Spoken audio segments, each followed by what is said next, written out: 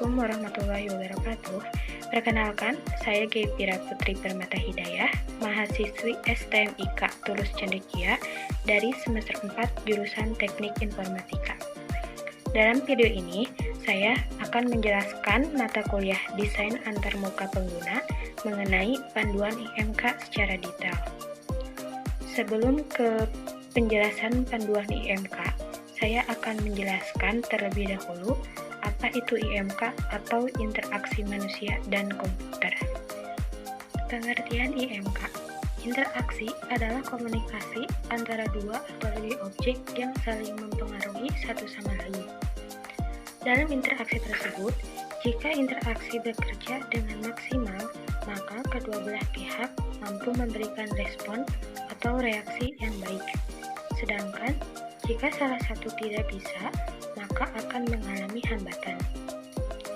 Nah, interaksi manusia dan komputer tersebut adalah suatu ilmu yang berkaitan dengan desain, implementasi, dan penilaian dari sistem komputasi yang interaktif untuk digunakan oleh manusia dengan mudah.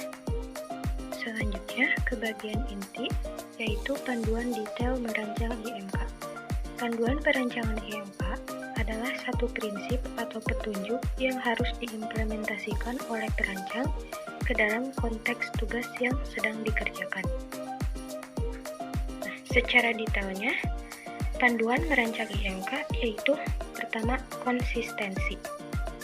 Konsistensi itu terbagi menjadi tiga, yaitu konsistensi internal adalah pengguna yang konsisten pada hal-hal seperti pelamat perintah, simbol, posisi objek, dan lain-lain dalam sebuah aplikasi yang diberikan.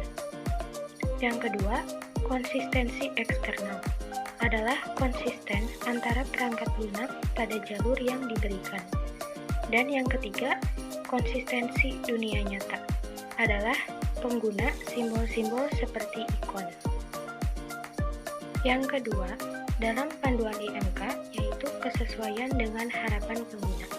Perancang harus menganalisis terminologi dan metode dari tipe kerja, potensial pengguna, dan berusaha untuk menjadikan semuanya menjadi desain perangkat lunak. Contohnya, program word processor. Program word processor adalah proses membuat atau mengedit dokumen dengan menggunakan aplikasi pengolah kata. Word processor juga bisa membantu untuk memasukkan, menyimpan, memformat, menyalin, dan mencetak teks. Selanjutnya, fleksibel dan terkontrol.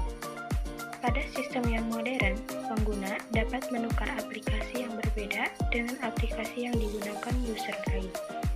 Pengguna harus dapat menyesuaikan antarmuka untuk mencocokkan gaya kerja mereka sendiri di tingkat mahir. Maksudnya, desainnya itu harus memenuhi semua kebutuhan dari pengguna, mulai dari amatir sampai yang profesional. Contohnya, penyediaan clear icon dan online help untuk pengguna baru, dan keyboard shortcut untuk pengguna yang berpengalaman. Susunan eksplisit dan antarmuka. Antarmuka seharusnya tetap sederhana dan tidak terlalu kelebihan dengan banyaknya fitur-fitur dan fungsi-fungsi pada setiap saat. Contohnya, dalam Microsoft Excel, terdapat beberapa fitur, yaitu Quick Access Toolbar, adalah kumpulan tombol pintas yang sering digunakan untuk perintah umum, seperti Save, Undo, dan Redo. Selanjutnya ada Ribbon, yaitu berisi kumpulan tab yang sudah disusun berdasarkan kategori. Misalnya ada Home, Insert, dan seterusnya. Dan yang ketiga yaitu Title, yaitu menampilkan nama dokumen yang sedang dibuka. Umpan balik yang informatif dan berkesinambungan. Memberikan umpan balik pada setiap aksi yang dilakukan oleh pengguna. Setiap aksi dari user harus ada feedback dari komputer untuk menunjukkan hasil dari aksi tersebut. Dalam umpan balik, terbagi ke dalam beberapa kategori. Yang pertama, lexical feedback adalah sistem menindikasi terima pesan tetapi tidak ada perubahan yang telah dibuat di bawah pengaruh dari sistem. Yang kedua, sintaktik feedback adalah feedback yang membutuhkan lebih sedikit percakapan dengan pengguna tetapi masih tidak memberi isyarat dasar perubahan dalam sistem. Dan yang ketiga, semantic feedback adalah signal sistem, pesan diterima dan dijalankan. Ini membuat kita mengetahui bahwa terdapat beberapa perubahan fundamental yang terstruktur dalam dokumen. Pencegahan dan perbaikan kesalahan. Hampir tidak ada sistem yang berjalan sempurna sebelum melewati berbagai rentetan kesalahan atau error. Semakin besar sistem yang dibuat, semakin banyak kesalahan yang dapat timbul. Tujuan software user interface yaitu meminimalkan kesalahan user dan menyediakan kemudahan recovery dari kesalahan. Tipe dari kesalahan user. Yang pertama, perceptual error adalah adanya kesalahan yang disebabkan ketidakjelasan dari petunjuk pengguna, gagal menangkap informasi, dan perhatian pengguna. Contohnya, ada ikon yang ambigu dalam sebuah desain antarmuka. Yang kedua, cognitive error adalah kesalahan yang diakibatkan oleh kemampuan user karena terlalu banyak informasi. Contohnya, argumen yang tidak konsisten pada sintak common language.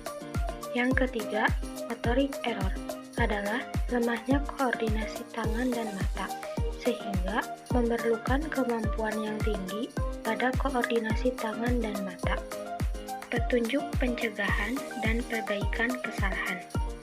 Yang pertama, validasi masukan adalah jika pengguna harus memasukkan bilangan positif sementara yang lainnya memasukkan data negatif atau nol, maka harus ada mekanisme untuk mengulang pemasukan data. Yang kedua, proteksi pengguna adalah program memberi peringatan ketika pengguna melakukan suatu tindakan secara tidak sengaja. Yang ketiga, pemulihan dari kesalahan adalah tersedianya mekanisme untuk membatalkan tindakan yang baru saja dikerjakan. Yang keempat, kenali jenis bug adalah bug yang timbul pada sebuah aplikasi memiliki karakteristik karena selalu dibaca dan diperhatikan pesan kesalahan yang timbul. Dukungan dan dokumentasi. Terdapat 3 level pendukung pengguna. 1. Pengajaran langkah demi langkah untuk pemula. 2. Lembaran rujukan perintah. Dan yang ketiga, kartu petunjuk singkat dan cepat. Kejelasan visual secara bijak dan relevan. Relevansi adalah menampilkan pesan-pesan yang relevan sesuai yang ditampilkan pada layar. Dalam pengurutan logikal, di budaya barat seharusnya dimulai dari kiri atas layar. Untuk budaya lain, dimulai dari kanan atau kiri bawah. Elemen-elemen di layar seharusnya diorganisasi dan tidak acak. Kesimpulan, sebelum melakukan perancangan IMK, harus paham terlebih dahulu apa itu IMK dan paham bagaimana cara menggunakan komputer dengan benar. Jika mengalami kesulitan, bisa menampilkan program bantuan untuk bisa berkomunikasi dengan komputer. Harus paham terlebih dahulu fungsi-fungsi simbol ikon dan menu dan lain-lain. Memberikan feedback pada setiap aksi yang dilakukan oleh pengguna. Ketika terjadi kesalahan atau error, harus dijelaskan dengan rinci apa penyebab kesalahan tersebut bisa terjadi.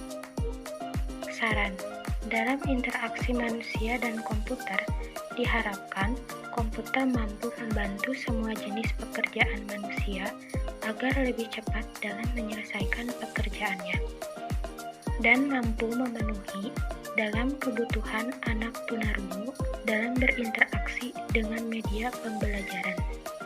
Sekian penjelasan dari saya. Wassalamualaikum warahmatullahi wabarakatuh.